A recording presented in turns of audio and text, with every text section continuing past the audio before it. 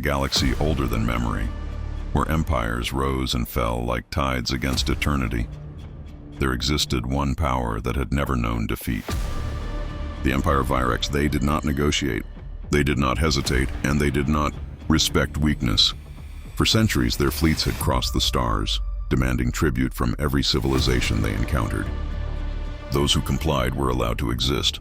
Those who resisted were erased. It was not cruelty, it was order. At least that was what they believed. Far from the Empire's core systems, orbiting an unremarkable yellow star, there was a small blue world.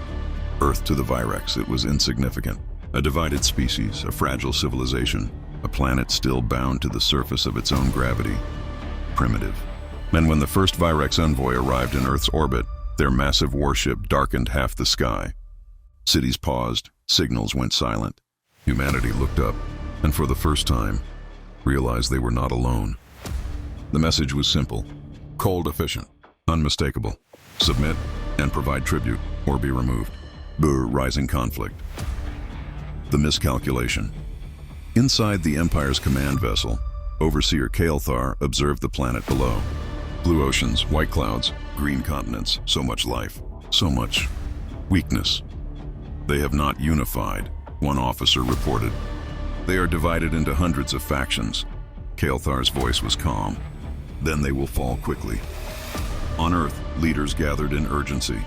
Different languages, different beliefs, but one shared reality. They were outmatched. They're asking for surrender, one official said quietly. Another responded, and if we refuse? Silence, because everyone already knew the answer. For the first time in human history, the entire planet faced a single question. Not war, not politics, but survival. Days passed. The Empire waited, confident, unmoving. And then, Earth responded. We will not submit. The message echoed across Virex command decks. Confusion. Then for laughter. They refuse? One officer asked. Kael'thar turned slowly. They do not understand what refusal means. Or the first strike. The Empire did not launch its full might. They didn't need to. One fleet was enough. And massive ships descended toward Earth's atmosphere, their weapons glowing with quiet inevitability. Cities prepared for destruction, satellites tracked their descent, and humanity prepared to fight. Missiles launched, fighters rose, defenses activated, and within minutes, everything failed. Human weapons struck the Virex shields and disappeared like rain against stone. Fighters were outpaced, defenses overwhelmed. From orbit, Kael'thar watched calmly, as expected. But then, something changed. Human response, the unpredictable variable. Instead of collapsing, humanity adapted. They stopped attacking blindly. They started observing, learning, analyzing.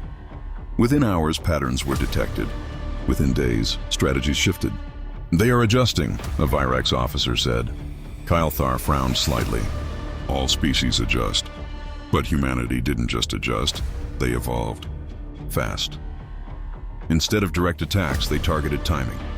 Instead of strength, they used coordination. Instead of power, they used ingenuity.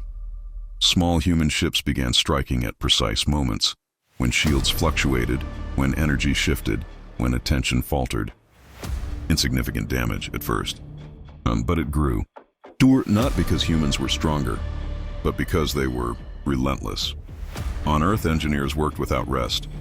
Pilots flew missions they knew they might not return from. Civilians supported, adapted, endured. This wasn't just a war. It was resistance. The turning point weeks passed. The Empire expected surrender. Instead, they encountered persistence. They should have broken, one officer muttered. Kael'thar remained silent, watching, calculating. And then reports arrived. Supply disruptions, communication interference, unexpected losses. Impossible, the officer whispered. But it wasn't. Humanity had done something no species had ever attempted against the Empire. They didn't fight the fleet. They fought in the system, disrupting logistics, interfering with coordination, creating chaos where there had only ever been order. The Empire was powerful, but it was also rigid, predictable. Humanity was not. Months into the conflict, something happened that the Empire had never prepared for. Human ships disappeared, not destroyed, not retreating, gone. Then they reappeared. Not near Earth, not in open space, no, but at the very heart of the Empire. The Virex throne system. Alarms erupted across the capital. Impossible readings, unauthorized signatures. Kael'thar stared at the display. How? The answer came too late. Humanity had not been trying to win the war. They had been learning, adapting, building something new, a way to bypass distance, to move unpredictably, to strike where no one expected. And now they stood at the Empire's doorstep. Hundreds of human ships surrounded the throne world, not attacking, not firing, waiting. A message was sent, not a threat, not a demand, a mirror. You asked us to submit or be removed. A pause, then, we choose neither. Silence filled the Empire. For the first time, they were not in control. Resolution, the realization. The Empire had power. Weapons, dominance. But humanity had something else. They had survived, adapted, evolved, and more importantly, they had chosen restraint. Kael'thar stood alone, watching the human fleet surrounding his world.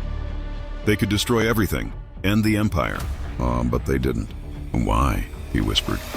The human response came softly. Because we're not you. And in that moment, something shifted. Not in power, but in understanding. The Empire withdrew from Earth, not out of defeat, but out of realization. Strength was not just domination. It was choice. Humanity had proven something no force in the galaxy ever had, and that true power was knowing when not to use it. Final reflection, and so the story of Earth spread across the stars, not as a tale of conquest, but as a lesson of resilience, of unity, of defiance. A species once dismissed as weak had done the impossible. They didn't just survive the Empire, they changed it. And for the first time, the galaxy understood what it truly meant to be human. Outro, if this story moved you. Subscribe for more human stories from the stars.